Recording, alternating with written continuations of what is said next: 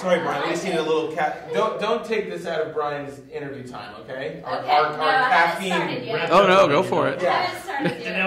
We need a hairbreadth of caffeine. They're already giving me the wrap up. So how's the coffee? How's Dallas? How was that coffee? It was great. Okay, thank you. Yeah. Is it the best part of waking up? Exactly. Enjoy the movie.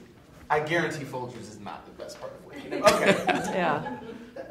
But I really enjoyed the movie. Oh, thank you. I really loved it. I thought it was emotional and funny and just it really hit home. You're a young person, so that's good. Yeah. You don't have to just be over 65 to enjoy it, huh? Yeah, no, not at all. I loved it. I loved every part of it. I wanted to ask you about working with like Ray Perlman and Mary Kay. It seemed like you had a lot of fun doing those. Was a lot of that improv? Did you have a lot of fun on set during those scenes? We did have a lot of fun. I think everybody in the movie was happy to be there, which is rare actually on a film. Everybody wanted to be there. The crew wanted to be there. The cast wanted to be there. Everyone was very excited, I think, about the opportunity to make something unique and new and hopefully fresh and honest.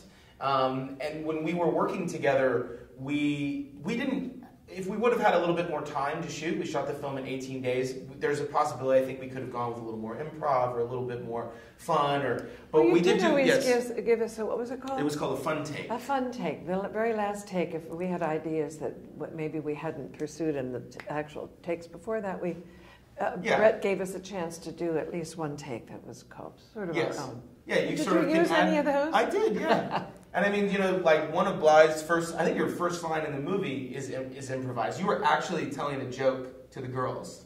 You were like, I don't know, some joke that's your joke. And we were just rolling on it, and I happened to use it in the film. So you get little magic moments like that, but I think when you have a group of actors as wonderful as in this film, you just get lucky, and there was this sort of, I've said it before, like sort of this magic kind of fairy dust around the film where everything just came together nicely. Which, again, it doesn't happen. Movies can be kind of a rocky road sometimes. There was a great chemistry. It seemed like y'all have been friends for years, the four women. What drew you to the script? What do you know about it? How could I not be drawn to the script? At my age, to even be handed a script like this, where I'm in every scene, I was just so, I kept thinking, did he confuse me with somebody else? Did he really, wanted to give this to Meryl Streep? Or so I was...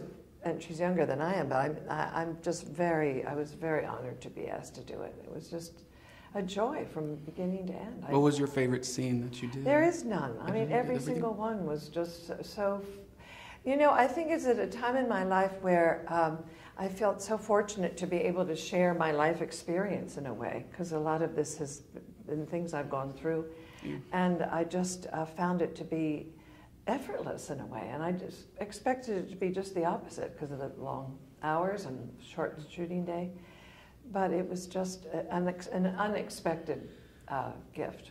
Yeah, it was great. I love the subtleties in the movie. Like there's a certain scene with a cigar, and it just that hit home for me. Yeah. So we tried to not milk the emotion, not make it false. Yeah, but make it ring true in some way, and hopefully, I think we're talking about universal themes here in this film that I think, again, everyone can relate to.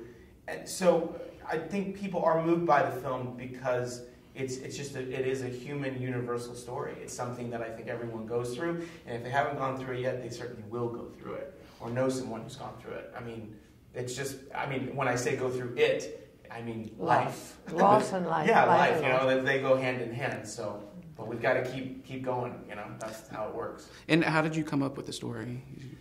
It was just basically a process of myself asking some very, very basic questions about life, about life and love and loss and death and all of these things that I think everybody asks. And for me, the vessel of Carol Peterson, who Blythe so wonderfully plays, was the right thing for that. For me, it was about having older people in this film and be about an older character was important for the themes of life and loss, because someone of that age comes with that weight, comes with that experience, and I think you need that. And I also don't think that they're represented quite enough in right ways in cinema. Blythe and Mary Kay and Rhea and June are often cast as the mom or the grandma or whatever. They're just kind of like, oh, here they are. And now they get to be real flesh and blood people who have their own lives, who are lively and vibrant and funny and, sexual. And that's great because guess what? That's how they actually are. Yeah. They're not just little old ladies, walking around. They're out there living life. Yeah, that's what I liked about it. The inside, it really amazed me that someone who's 30 years old could come up with this understanding of what one who's lived twice as long, even more than twice as long, could be able to understand that life. Yeah, and I just had one quick question. Yeah, sure. What is one of your favorite scenes from a movie that have always stuck with you? Oh, that's a good question. I'm gonna go. Favorite scenes from a movie that's always stuck with me. I'm gonna go with a movie called The Beat That My Heart Skipped by Jacques Audiard. It's a French film. And there is a scene at the end of that film, it would spoil it, but there is a sort of a climactic scene with a lot of things happening that gets kind of physical that is like incredible. Okay. Probably my favorite movie. My daughter in Shakespeare in Love, any of them, awesome. any scene. Awesome. Such a good movie.